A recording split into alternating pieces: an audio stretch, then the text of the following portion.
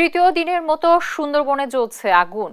Fire service ও বন বিভাগ জানিয়েছে এখন আর আগুন ছড়িয়ে পড়ার আশঙ্কা নেই, তবে পুরোপুরি নেভাতে আরো সময় লাগবে। সুন্দরবনের আমল বুনিয়া এলাকা থেকে বিস্তারিত জানাচ্ছেন এস সোহান। তৃতীয় দিনের মতো পুড়ছে সুন্দরবনের আমরবুনিয়া এলাকা। এখনো বিভিন্ন জায়গা থেকে দাউ দাউ করে জ্বলে উঠছে আগুন। শনিবার বিকেলে আগুনের খবর পাওয়ার পর থেকে কিন্তু বন বিভাগ, ফায়ার সার্ভিস, পুলিশ প্রশাসন সহ বিভিন্ন দপ্তর ও স্থানীয়রা আগুন নেভানোর চেষ্টা করেছে। রবিবার থেকে পুরো দমে এখানে আগুন নির্বাপনের কাজ শুরু করে ফায়ার সার্ভিস, নৌবাহিনী ও কোস্টগার্ড। আর রবিবার সন্ধ্যায় আসলে আলো স্বল্পতার কারণে এখানে আগুন নির্বাপনের কাজ সমাপ্ত করা হয়। এরপরে আজকে তৃতীয় দিন সোমবার সকালে ফায়ার সার্ভিসের 5টি ইউনিট, নৌবাহিনীর একটি এবং কোস্টগার্ডের একটি ইউনিটের সাথে নৌবাহিনীর অতিরিক্ত আরো 2টি ইউনিট যোগ দিয়েছে এই আগুন নেভানোর কাজে, এবং পুরো দমে এই সুন্দরবনের আগুন নেভানোর কাজ করছে। স্থানীয়রা যত্রতত্র প্রবেশ করেছে এবং যে যার মতো আগুন নেভানোর চেষ্টা করেছে।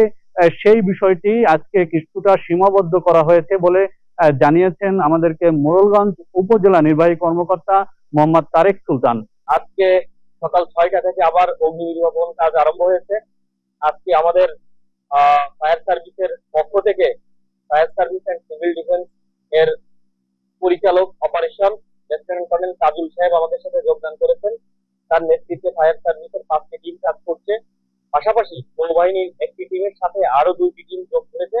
আজকে নৌবাহিনীর মোট 3টা টিম কাজ করছে। এছাড়া আমাদের ফরেস্ট বিভাগ এবং আমাদের বনরক্ষী ভিটিআরটি এবং আমাদের যে স্বেচ্ছাসেবক রয়েছে, ইউনিয়ন পরিষদের গ্রাম পুলিশ রয়েছে, তারা সবাই কাজ করছে।